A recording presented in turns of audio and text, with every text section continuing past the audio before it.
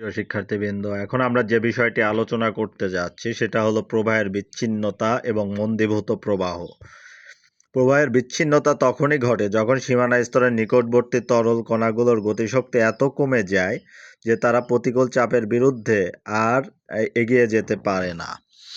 তো এটার এই কথাটার অর্থ হলো, ধরুন আপনি একটি ঢালু পাহাড়ের উপরে সাইকেল নিয়ে উঠছেন। তো সাইকেল নিয়ে ওঠার সময় আপনার যে হচ্ছে গতি, আপনি যত ঢালু পাহাড়ের দিকে এগিয়ে যাবেন ততই কি হবে, আপনার কিন্তু সাইকেলের গতি কমতে থাকবে।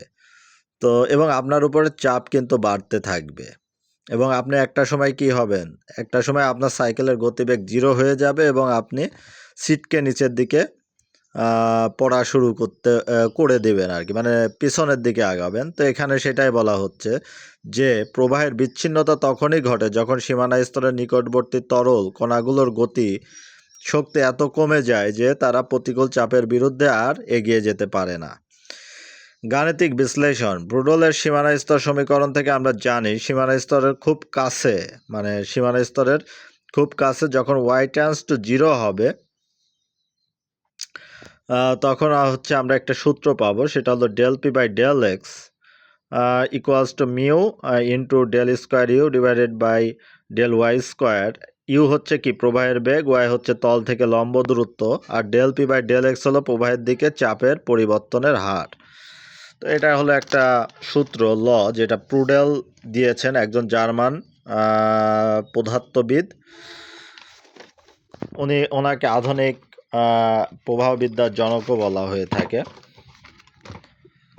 তো এখন আমরা দেখব তিনটি ভিন্ন অবস্থা। তো আপনি যখন এই ঢালু পাহাড় থেকে উপরের দিকে উঠছেন ঢালু পাহাড়ে, তখন হচ্ছে আপনার তিনটা অবস্থা ঘটবে।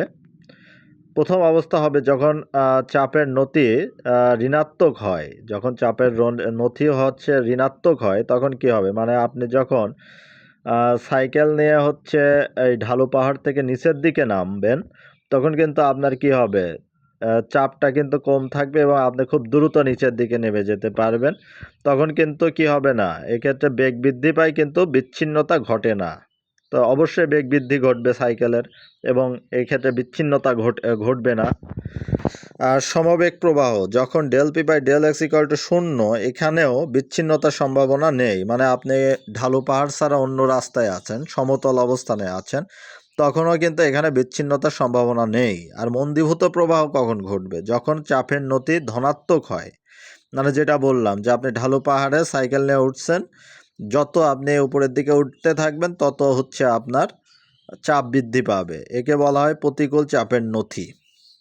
তো বিচ্ছিন্নতা মূলত এই মন্দীভূত প্রবাহতে ঘটবে। যখন প্রবাহ মন্দীভূত হয়, মানে del P by del X greater than 0, মানে আপনি হচ্ছে যখন মানে আপনার হচ্ছে যখন আপনি নিচ দিকে নামছেন তখন অবশ্যই কি হচ্ছে, আপনার বেগটা বৃদ্ধি পাচ্ছে। এর অর্থ হলো তলের কাছে বেগের প্রোফাইলটি বক্রতা পরিবর্তন করে। এই প্রতিকূল চাপের কারণে প্রবাহের বেগ কমতে এক সময় তলের কাছে বেগ শূন্য হয়ে যায়, অর্থাৎ এটি হলো বিচ্ছিন্নতা বিন্দু।